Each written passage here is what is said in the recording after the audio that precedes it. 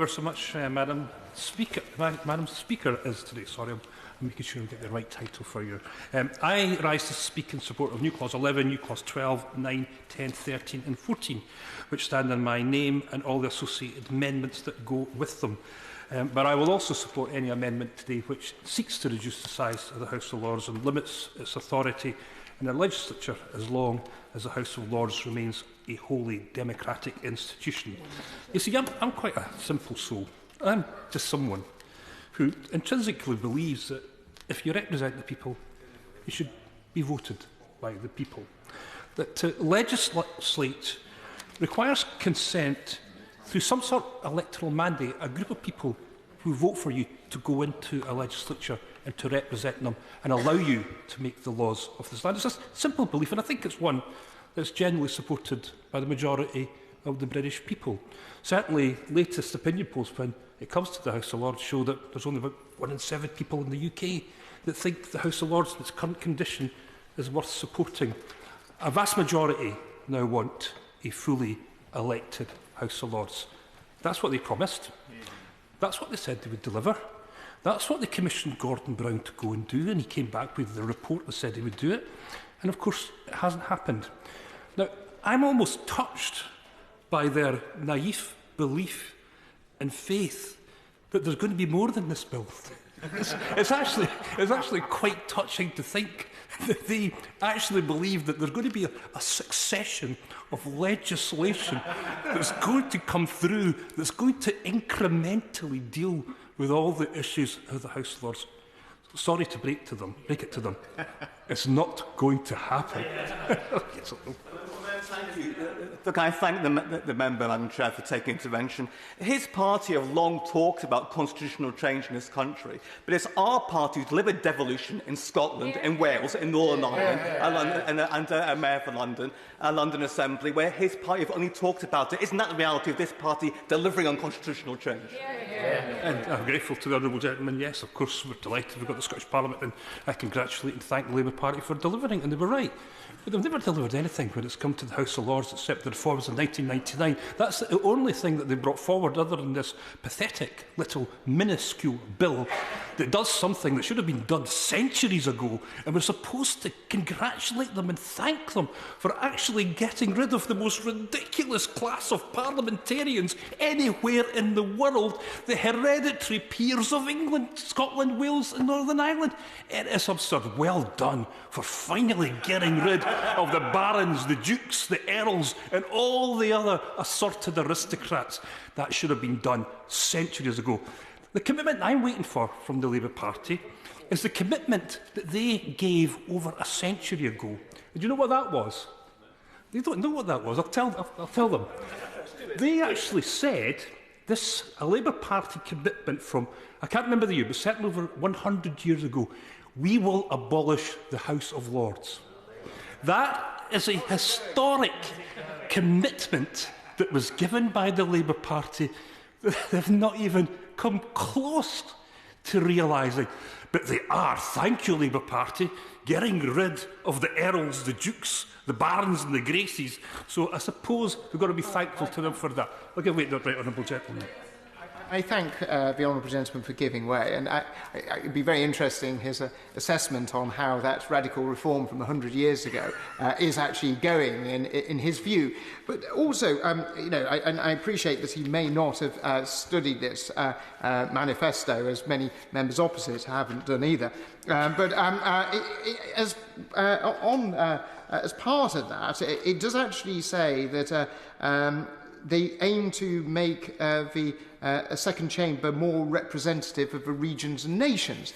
And I wondered if he could sort of share his thoughts of how that's going and whether he thinks Mrs Gray will be able to contribute to that in a significant manner. Let's just say that progress hasn't been all that was anticipated and that we hoped for. And we could actually say that progress has been practically non-existent. And of course, we've got the crushing news today that our British envoy to Scotland will no longer be coming there to represent this Parliament as part of our duties in the nation's region. I tell you, Madam Chair, that there is a nation in Scotland just now which is almost inconsolable about the fact that our envoy will no longer be coming to Scotland. We were practising the street parties in the Haka just to make sure that she was properly welcomed to our northern territories, and she is no longer going to be there. Give way to the honourable gentleman. Thank you, Chair, and I thank the honourable member for giving way. And although he seems to want to get rid of hereditaries from this place, his own party seems to want to create a system of hereditaries by allowing the member for Aberdeen South to stand in the Scottish Parliament. Can I break it just ever so gently to the honourable gentleman? There will never be anybody from this particular bench that will end up in an undemocratic outrage like that place down the corridor. I don't know how many of them will be in Parliament for 20, 30 years. I remember the last generation of Scottish Labour MPs that confronted me across the benches. I think there's about 15 of them now in the House of Lords. This conveyor belt of serving a distinguished career in the House of Commons to be rewarded by a place in the House of Lords is one of the things that I want to address in my amendments. I'll come to my amendments, Madam Chair, because I know that you're looking at me to do that. Well, I had hoped to bring an amendment to just try and deliver that historic commitment to abolish the House of Lords. Now, I knew I was highly... I'll make this point, and I'll give way to the honourable lady. I knew that I would be highly unlikely, because of the good work of the Clerk's office, that I would be able to secure such an amendment. And it was probably right that I didn't manage to secure that. So I thought I'd try and be creative to see what we could do to see if we could realise Labour's ambition to abolish the House of Lords. So I thought I'll try and abolish the membership. So what I did was I offered a series of amendments that tried to get rid of all the distinct groups and classes of members of the House of Lords. And I thought, again, Madam Chair, that I would be singularly unsuccessful in that mission and endeavour. But I've got 3 of them on the order paper, and they are crackers, believe me, Madam Chair. And I'm so looking forward now to speaking about them, because I've managed to secure amendments that will abolish the donors, will abolish the appointees, the cronies that the Prime Minister appoints to fill that place, and to abolish this idea that I've just described, that former members of Parliament can this naturally assume that they will get a place in the House of Lords. So I am really pleased with myself, Madam Chair, and I'll come on to them right now, but I will give way to the honourable lady, as I said I would. Well done. Thank you, Madam Chair, and I thank the honourable gentleman for giving way. And indeed, it's a pity to interrupt him when he's in such a state of excitement about his work. And it's difficult to take a lecture from the honourable member for Perth and Kinrothshire on delivery when this Labour government is delivering so much in a few short days, and he may want to talk to his own colleagues in the Scottish Government about their delivery on issues like the health service and the state of it in Scotland, for example. But I would like to ask the honourable gentleman what his stance is on the multiple occasions in recent years where senior figures from his party have had to approach friendly peers from the other place to put forward amendments to legislation on their behalf. They're quite happy to use the chamber when it suits them, it seems. Can I say to the honourable lady that there's a point of principle about our position when it comes to the House of Lords, and it's a little simple word called democracy. We refuse to have anybody in the House of Lords because we believe that people should have an electoral mandate, a democratic backing with the people of this country in order to serve in the legislature. That's just something that her and I will never agree about, because I believe that she's quite happy and satisfied that people like peers should continue to inhabit. Now, yes, as things go through the House, we actually have lots of hopes of the House of Lords that sometimes it might actually challenge governments and maybe make them think again, but they always back down. So any attempt to try and get them to agree to any sort of particular principle is practically a waste of time. I'm going to make some progress, but I'll give way again to the honourable gentleman. I do thank the honourable gentleman for giving way. It's quite clear he's very pleased with himself for the amendments that he's able to secure today. The only seat potentially as secure as a seat in the House of Lords is a seat on the top of a regional list for proportional representation. So would the honourable gentleman perhaps take his very well-meaning amendment prohibiting anybody who served in this Parliament or the last from seeking a seat in the House of Lords, would he apply that to his own party and to the National Legislature of Scotland, so that if you served as an MP in this Parliament or in the last, you are not eligible to seek nomination to or election to the Scottish Parliament? ever said gently to the honourable gentleman, he should leave bypassing devolution to his friends from Scottish Labour, because they're actually just a little bit better at it than him. And it's their job to constantly speak about the Scottish Parliament and the Scottish Government. And to be fair to them, they have done a fantastic job. They barely even mention the UK Government. Every single contribution is about the Scottish Government. So maybe just leave it to them, shall we? But there was one amendment that I was hoping to bring forward, and it was actually quite an important one. It was discussed quite widely in the press yesterday. And again, I don't know if the honourable gentleman, predominantly honourable gentleman, on the side know this. They don't pay a penny of tax. Not one penny of tax. They're amongst the wealthiest people in this nation, but not one penny of the £346 that they get just for turning up is paid in tax. Now, I tried to get an amendment put on this to end that, and I cannot believe the surprise and astonishment that there is amongst my constituents, and probably quite a number of constituents across the United Kingdom, when this was made apparent. How on earth can that possibly be the case, that members of the House of Lords do not pay any tax on their allowance that they get just for turning up? And that's something that we have to address. So, of the great long list that will never be realised in the course of this Parliament, how about looking at this, dear Labour government? But the one amendment that I'm most pleased about getting on this order paper is the donors. The donors. The people who have a place in our legislature.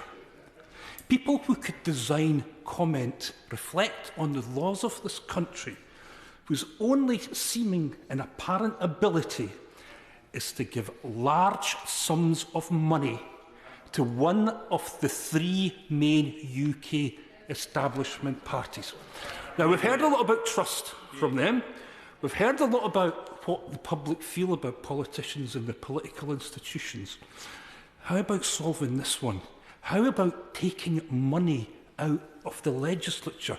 How about saying that if you give money to one of the three big political parties, you are therefore naturally debarred from taking a place in the legislature? Now, my amendment, sensible amendment, deals with it in a stroke. No more cash for honours.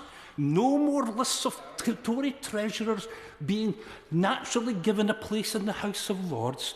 My amendment says if you have given more than £11,800 to one of the three establishment parties, you are not entitled to a place in the House of Lords. And if you have given more than £11,800 in the past to one of the three main UK establishment parties, you naturally give up your place in the House. What's wrong with that?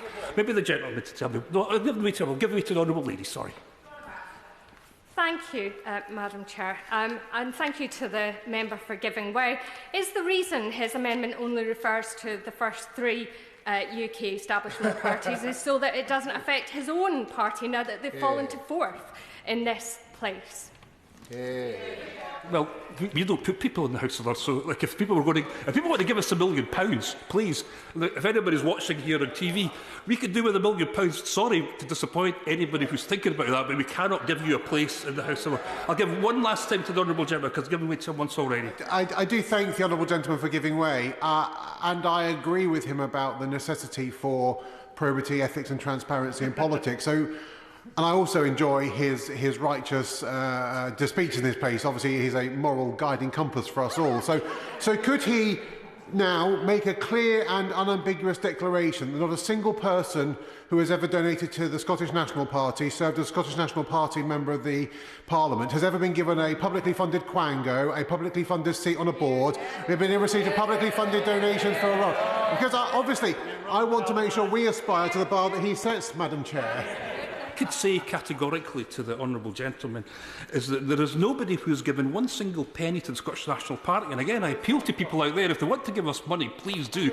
But one thing that we can never do, and never will do, and never have done, is in return offer a place in our legislature, our ability to govern in this country.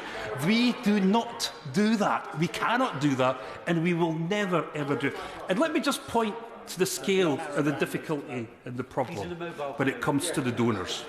68 out of 284 nominations from political parties between 2013 and 2023 were political donors handing over £58 million to one of the three main parties.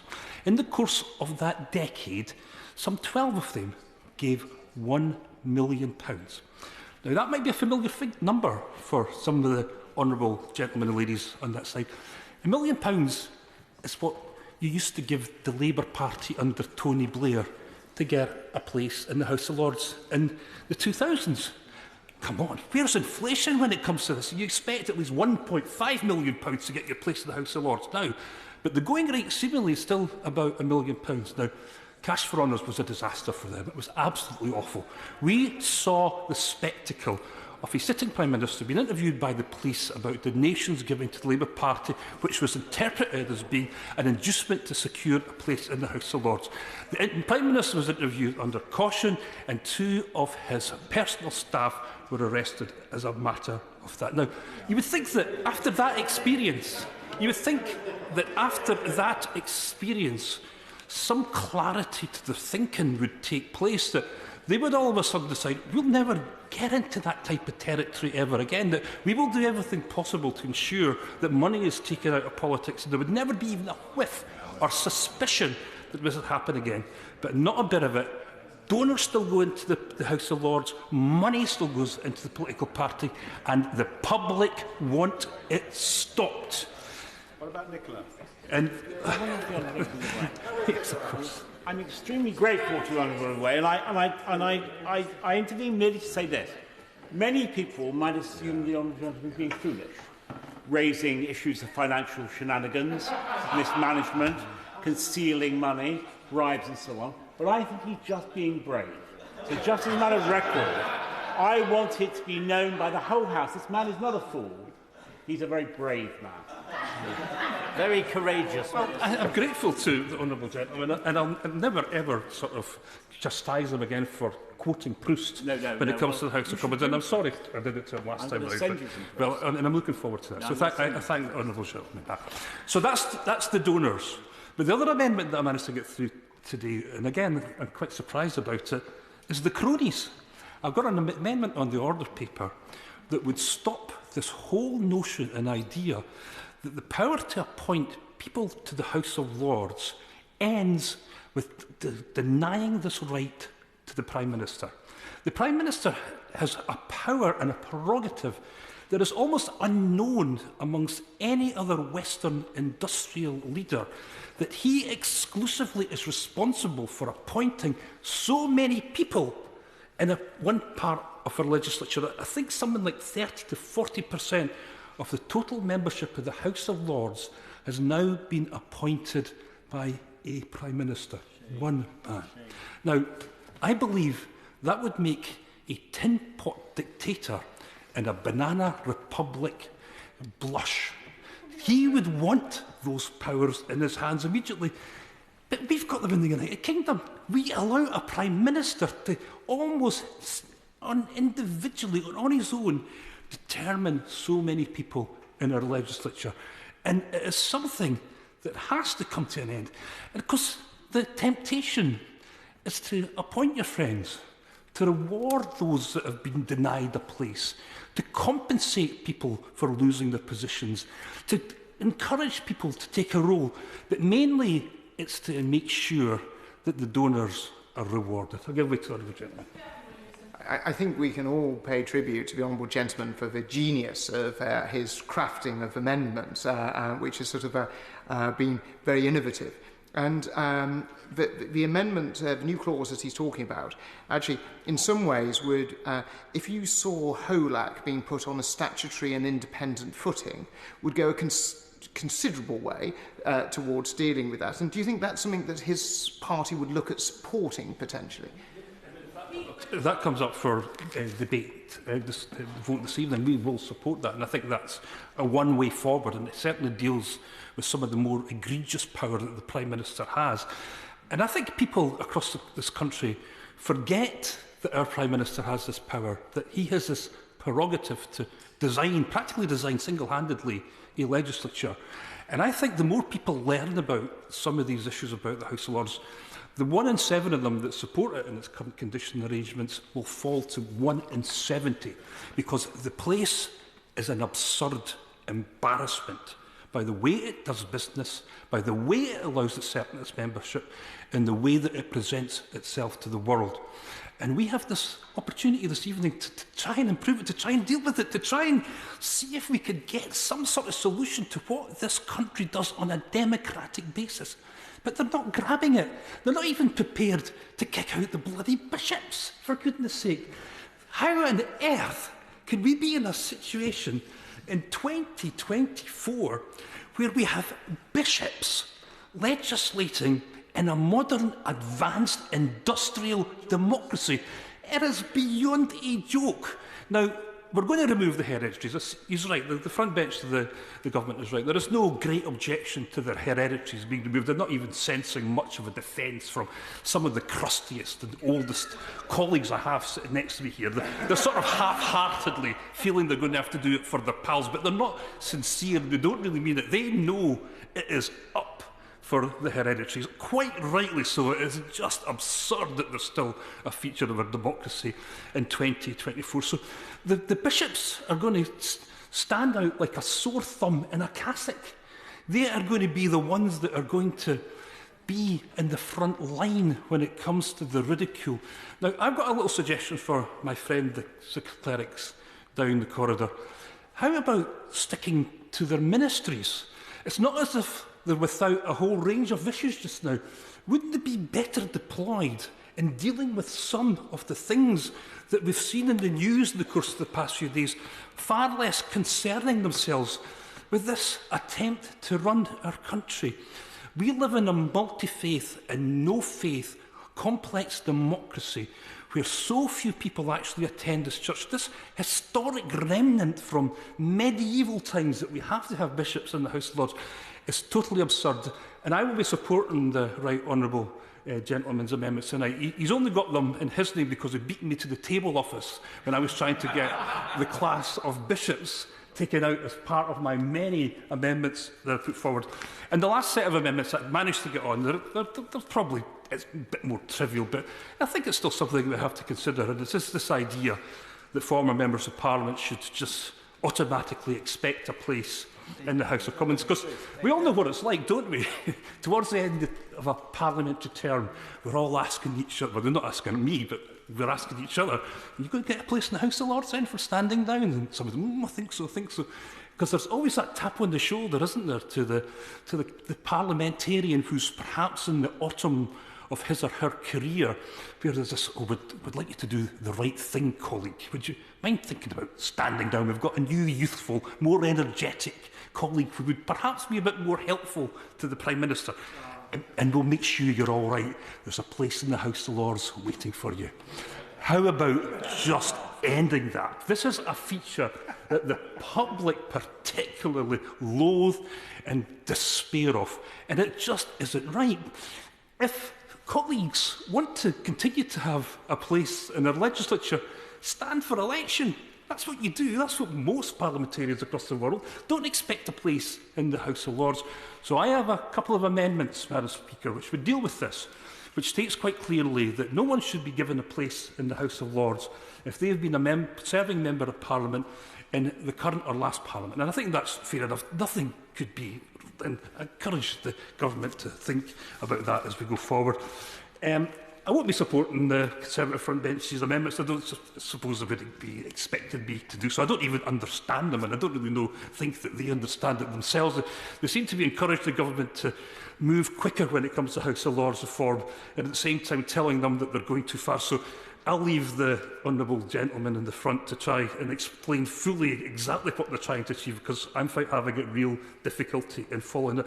I will support the Liberals' amendments. I think it's a reasonable stab. But I always say ever so gently to my Liberal colleagues is, you know, like, they have more places in the House of Lords per capita than any other political party in this place. So maybe, like, if you're serious about stopping and developing the House of Lords, how about stop appointing people? And maybe that might have an impact and effect, because all this mealy-mouth, silly reform isn't doing anything to stopping the House of Lords.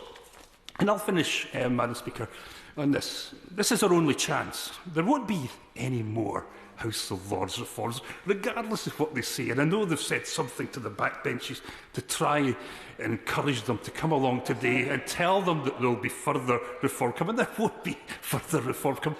I think all of us, and I know I've got colleagues in the Conservative Party sitting on these benches who have seen this, been there, got the T-shirt. The T-shirt says, "No more Lords reform in this Parliament." That is what happened. I'll give way to the honourable gentleman.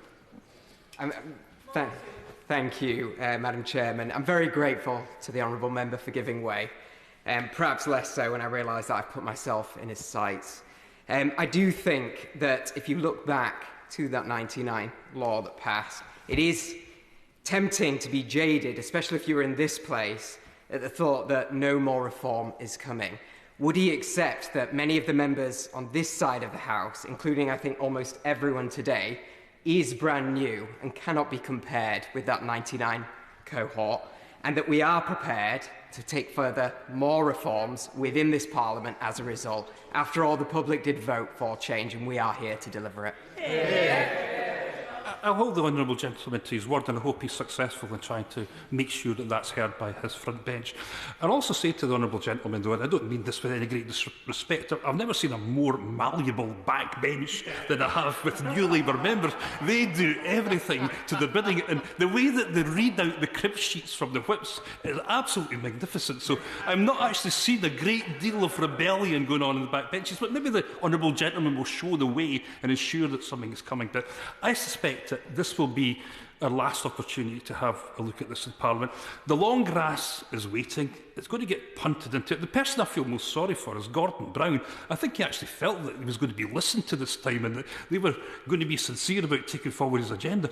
We were promised almost federalism after the Scottish independence referendum, and instead of that we're getting our Parliament attacked day by day, government by government, backbencher by backbencher. Let's see if we could get back to this almost federalism. Let's see if we could get a degree of ambition from this government. It might be the backbench will hold them to account. I certainly hope that's going to be the case. They will find willing allies with us in order to try and achieve that. But this is an absolute mouse of a bill. It could be made better by accepting and voting for my amendments tonight, and I encourage the House to do so.